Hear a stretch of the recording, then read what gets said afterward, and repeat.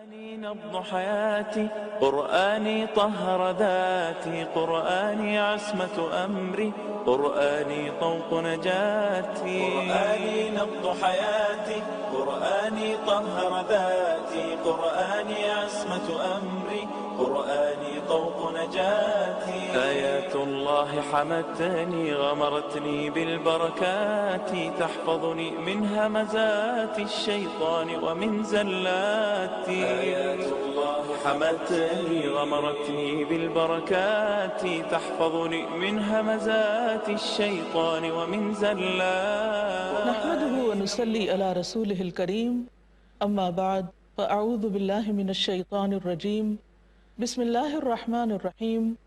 رب اشرح لي صدري ويسر لي امری واحلل عقدۃ من لسانی یفقهوا قولی. ناظرین، گزشتہ پروگرام میں ہم نے گفتگو کی خوبصورتی کے بارے میں بات کی تھی. اللہ سبحانہ و تعالیٰ کا حکم ہے کہ قولوا للناس حسنا، لوگوں سے بھلی بات کرو، اچھے انداز میں بات کرو، اچھی بات کرو. لیکن انسانی معاملات میں گفتگو کے علاوہ باہمی تعلقات کے اندر خوبصورتی اور ایک دوسرے کے ساتھ خیر خواہی اور بھلائی کا رویہ بھی نہایت ضروری ہے. ان حالات میں بھی جب باہمی تعلقات اچھے ہوں، اور ان حالات میں بھی جب باہم لوگوں کے درمیان اختلاف ہو جائے. اچھے دنوں میں ایک دوسرے کے ساتھ بھلائی اور احسان کرنا تو آسان ہوتا ہے، لیکن جب کسی اختلاف کی بنا پر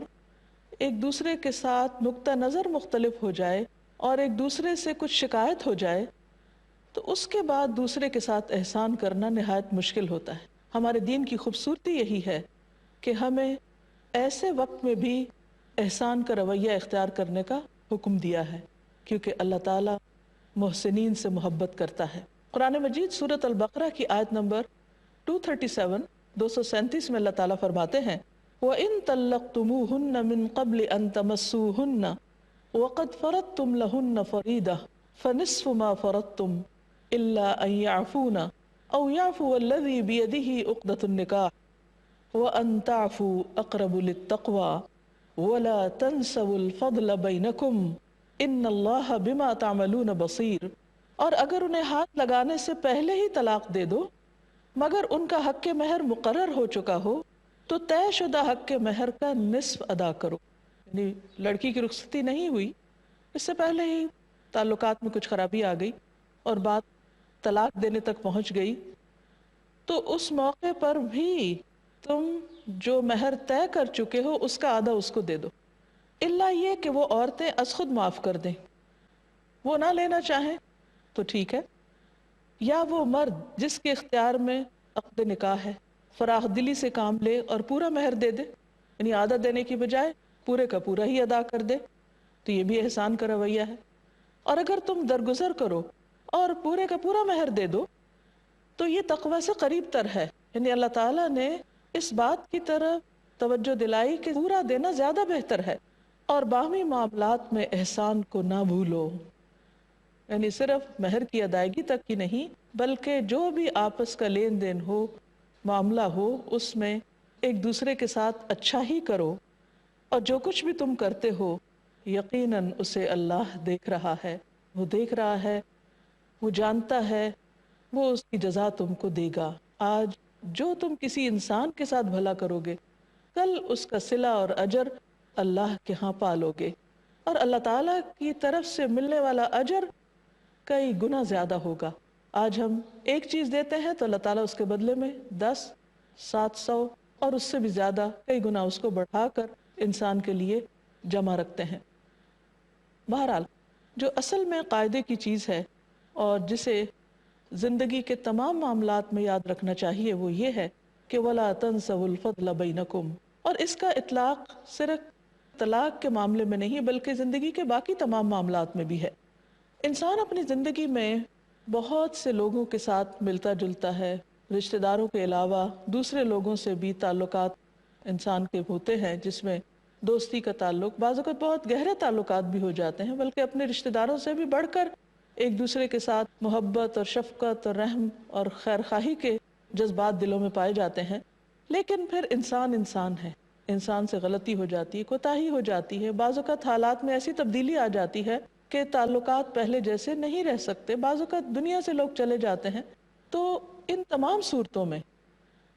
انسان کے لیے لازم ہے کہ وہ اپنے گزشتہ تعلقات کو کبھی نہ بھولے، خواہ کبھی کسی سے تھوڑے عرصے کے لیے ہی کوئی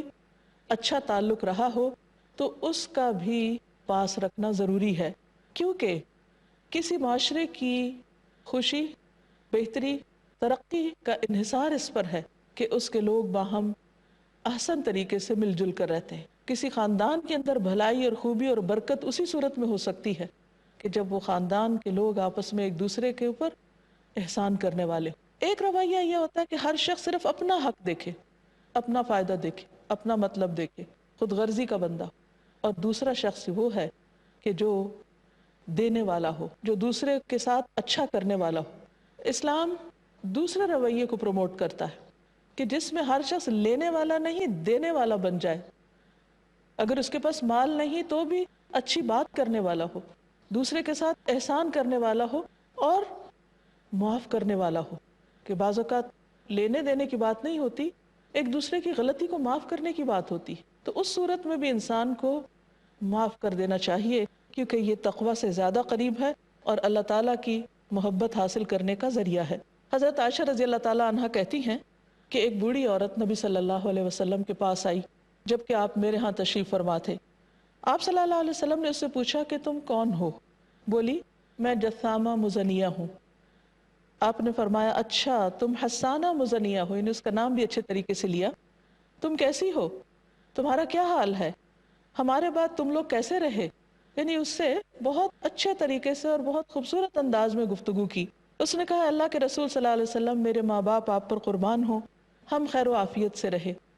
جب وہ چلی گئی تو میں نے کہا کہ اللہ کے رسول صلی اللہ علیہ وسلم آپ اس بڑھیا پہ اتنی توجہ دے رہے تھے، یعنی ایک معمولی سی خاتون تھی، دور سے آئی تھی، تو آپ کا یہ اتنا اچھا رویہ اور معاملہ۔ آپ نے فرمایا یہ خدیجہ کے زمانے میں ہمارے پاس آتی تھی، اور صحبت کا حق یاد رکھنا ایمان کا حصہ ہے، یعنی پرانے تعلقات تھے ان سے ہمارے۔ یہ انسان کے اخلاق اور انسان کی شرافت اور بلند کردار ہونے کی علامت ہے کہ انسان معاشرے کے ان لوگوں کو بھی توجہ دے کہ جو بظاہر اپنے برابر کے یا اپنے سٹیٹس کے نہیں ہیں۔ بعض اوقات ایسا ہوتا ہے کہ ایک وقت میں انسان کے حالات اچھے نہیں ہوتے، اس کے میل جول کے لوگ بھی اسی طرح کے ہوتے ہیں، پھر اللہ تعالیٰ اپنا فضل کرتا ہے اور حالات اچھے ہو جاتے ہیں، بعض لوگ دنیاوی اعتبار سے بہت ترقی کر جاتے ہیں اور ان کے پرانے تعلق داروں کے ساتھ ان کے سٹیٹس میں بہت فرق آ جاتا ہے، یعنی آپ یوں کہیے کہ زمین آسمان کا فرق آ جاتا ہے۔ ایسے میں ایک رویہ تو یہ ہو سکتا ہے کہ انسان اپنے پچھلے غریب رشتہ داروں، تعلق داروں سب کو بھلا دے اور ان سے اجنبی بن جائے اور ان سے کوئی تعلق واسطہ نہ رکھے، اور دوسرا یہ ہے کہ انسان کہیں پر بھی پہنچ جائے لیکن جن کے ساتھ اچھا وقت گزرا ہو ان کے اس وقت کو، اس تعلق کو کبھی فراموش نہ کرے، اور جب کبھی واسطہ پڑے تو ان کے ساتھ اچھے اخلاق کا ہی مظاہرہ کیا جائے۔ اسی طرح بعض لوگ وفات کی وجہ سے جدا ہو جاتے ہیں اور کچھ عرصے کے بعد بھلا دیے جاتے ہیں، لیکن ہمارے دین نے ہمیں یہ سکھایا ہے اور خود نبی صلی اللہ علیہ وسلم کا طرز عمل یہ رہا ہے کہ حضرت خدیجہ رضی اللہ تعالی عنہا کی وفات کے باوجود، اس کے بعد بھی جبکہ آپ کے پاس کئی ازواج تھیں، لیکن آپ نے کبھی بھی حضرت خدیجہ کے ساتھ گزرا ہوا اچھا تعلق اور اچھے واقعات اور اچھے حالات کو فراموش نہیں کیا، بلکہ ان کے رشتہ داروں اور ان کی دوستوں تک کو بھی آپ اہمیت دیا کرتے تھے۔ جب آپ کوئی بکری ذبح کرتے یا کوئی چیز لوگوں میں تقسیم کرتے تو ان کی دوستوں کو بھی بھجوایا کرتے تھے۔ حضرت عائشہ کہتی ہیں کہ جب آپ حضرت خدیجہ کا تذکرہ کرتے ان کی وفات کے بعد تو خوب تعریف کرتے۔ ایک دن مجھے غیرت آئی، میں نے کہا کہ آپ اتنی کثرت سے ایک سرخ مسوڑوں والی عورت، یعنی جو اتنی بوڑھی ہو چکی تھی کہ اس کے دانت بھی گر چکے تھے، صرف مسوڑے ہی باقی رہ گئے تھے، اس کا ذکر کرتے رہتے ہیں جس کے بدلے اللہ تعالیٰ نے آپ کو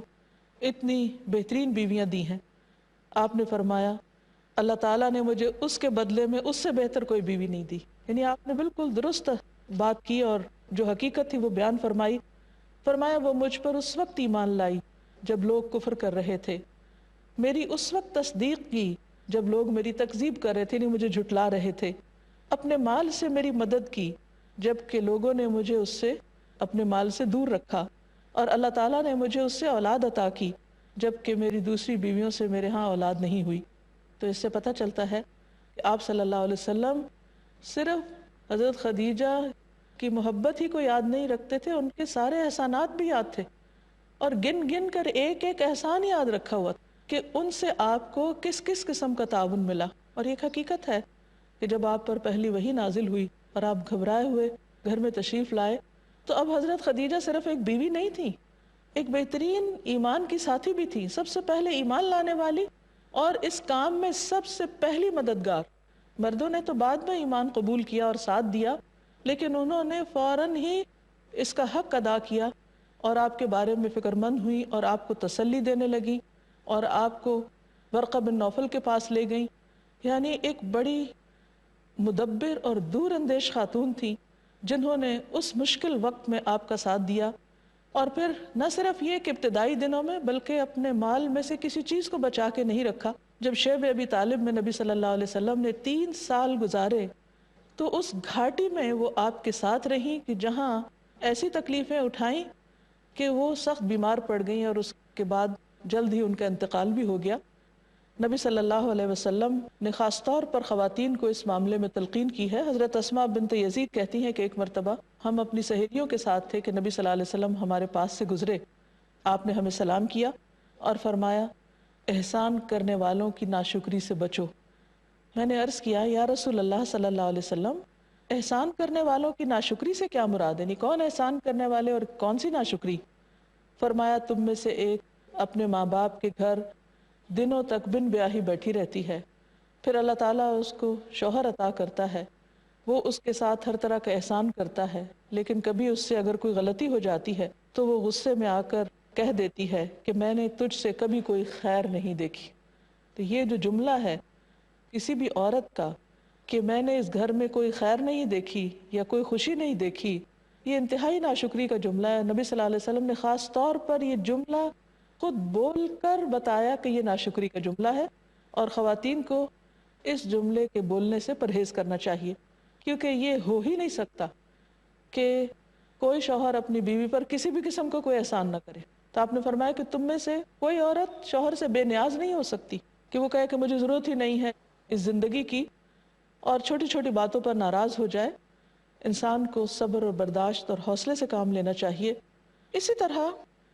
والدین کے ساتھ احسان کا تو ہم سب پڑھتے ہیں قرآن مجید میں،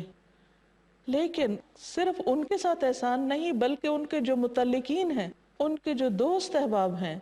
ان کے ساتھ اچھا سلوک کرنا بھی ضروری ہے۔ والدین کے ساتھ احسان کے بارے میں تو ہم سب جانتے ہیں، اللہ تعالیٰ کا حکم ہے وَبِالْوَالِدَيْنِ إِحْسَانًا، بار بار اس کی تاکید کی گئی ہے، لیکن صرف اتنا ہی کافی نہیں کہ ہم والدین کے ساتھ اچھی گفتگو کریں یا ان کے کچھ حقوق کا خیال کریں، بلکہ اس احسان میں یہ بھی آتا ہے کہ جن لوگوں کا ہمارے والدین پر احسان ہوتا ہے یا ہمارے والدین کے ساتھ ان کے اچھے تعلقات ہوتے ہیں، ان کے ساتھ بھی احسان کرنا چاہیے۔ یہ بھی دراصل والدین کے ساتھ احسان ہی کی ایک شکل ہے۔ عبداللہ بن عمر کے بارے میں آتا ہے کہ وہ جب مکہ کے لیے روانہ ہوتے حج عمرے وغیرہ پر، تو اونٹ پر سفر کرتے ہوئے اپنے ساتھ ایک گدھا بھی رکھتے۔ جب اونٹ کی سواری سے تھک جاتے تو گدھے پہ بیٹھ جاتے اور امامہ پہن لیتے، یعنی پگڑی وغیرہ باندھ لیتے تاکہ دھوپ وغیرہ سے بچیں۔ تو وہ کہتے ہیں کہ ایک دن ابن عمر جا رہے تھے کہ راستے سے ایک دیہاتی آدمی گزرا۔ ابن عمر نے اس دیہاتی سے کہا کہ تم فلاں اور فلاں کے بیٹے ہو؟ اس نے کہا کیوں؟ وہ ان کو پہچان کروا رہے تھے کہ تمہارے والد میرے والد کے دوست تھے۔ تو اس نے کہا جی ہاں میں فلاں کا بیٹا ہوں۔ تو اتنا کہنے پر ابن عمر نے اپنا گدھا اور اپنا امامہ اس شخص کو دے دیا اور کہا کہ تم اس پر سوار ہو جاؤ اور یہ امامہ پہن لو۔ ابن عمر کے ساتھیوں نے کہا کہ اللہ آپ کی بخشش فرمائے، آپ نے اس دیہاتی کو اپنا وہ گدھا دے دیا، سہولت کے لیے آپ نے ساتھ رکھا ہوا تھا، اور امامہ بھی دے دیا جو آپ اپنے سر پہ باندھتے تھے۔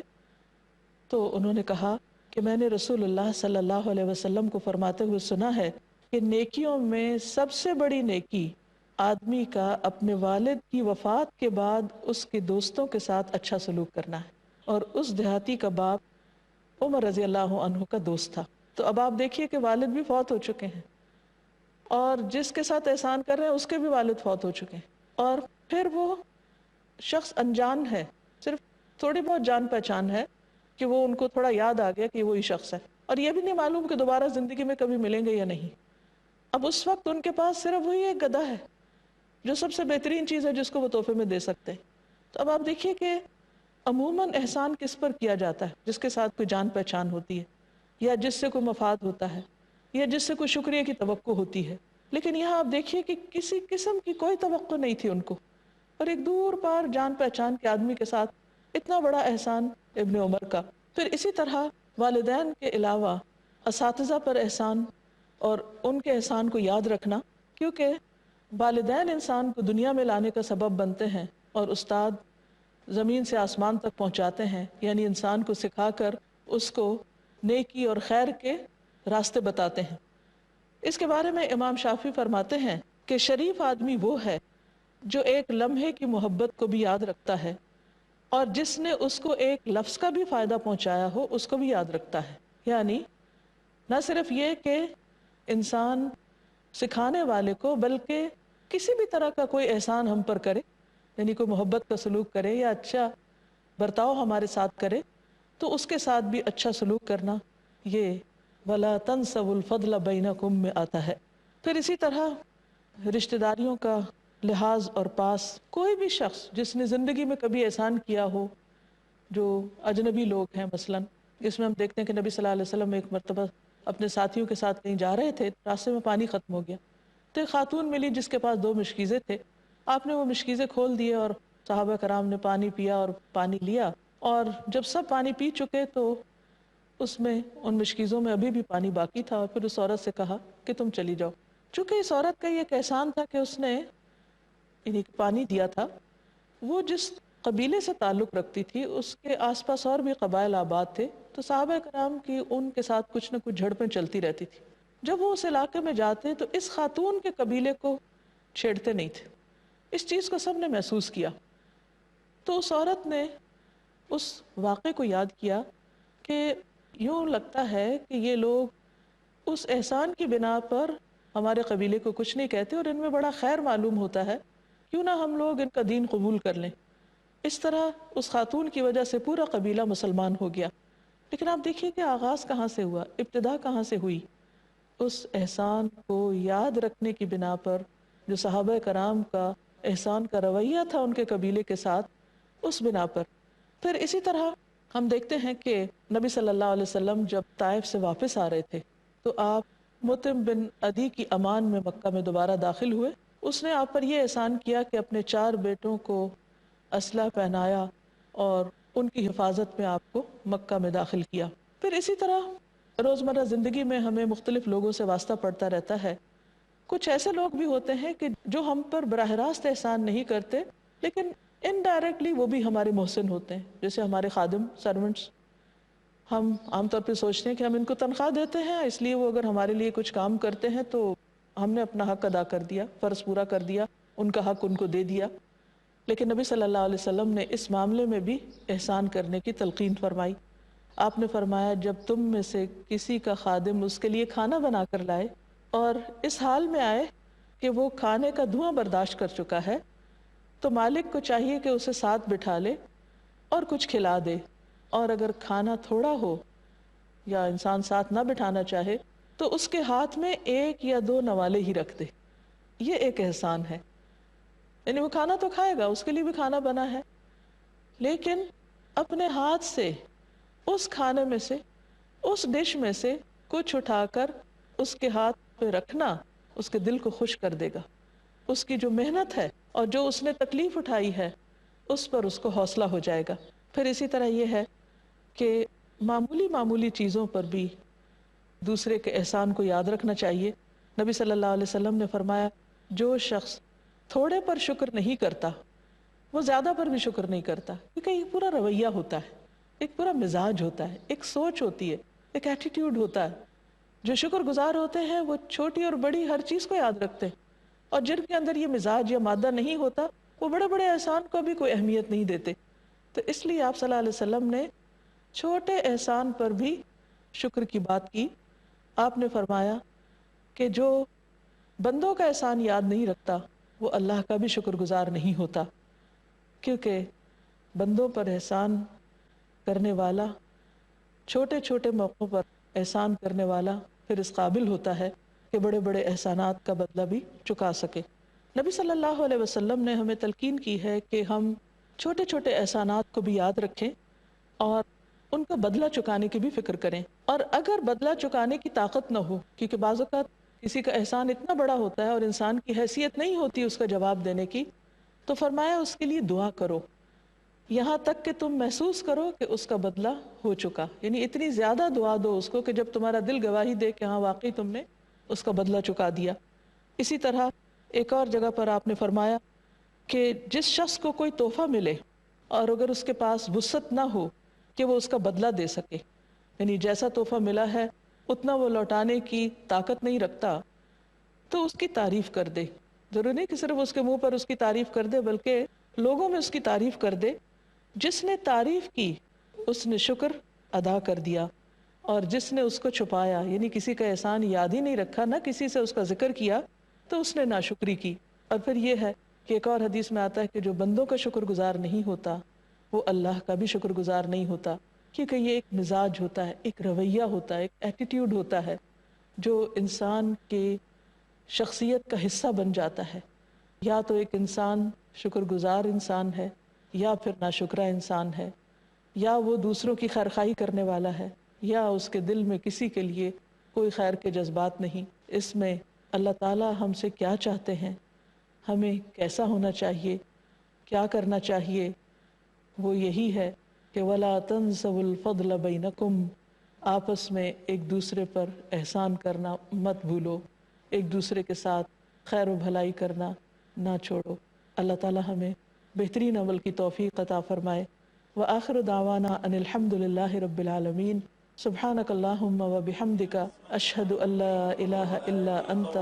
استغفرک واتوب معجزة الیک۔ خالدة ما أعظمها من كلمات من الرحمن علينا بكتاب من رحماته. معجزة خالدة ما أعظمها من كلمات من الرحمن علينا بكتاب من رحماته. قرآني نبض حياتي، قرآني طهر ذاتي، قرآني عصمة أمري، قرآني طوق نجاتي، قرآني نبض حياتي، قرآني طهر ذاتي، قرآني عصمة أمري، قرآني طوق نجاتي.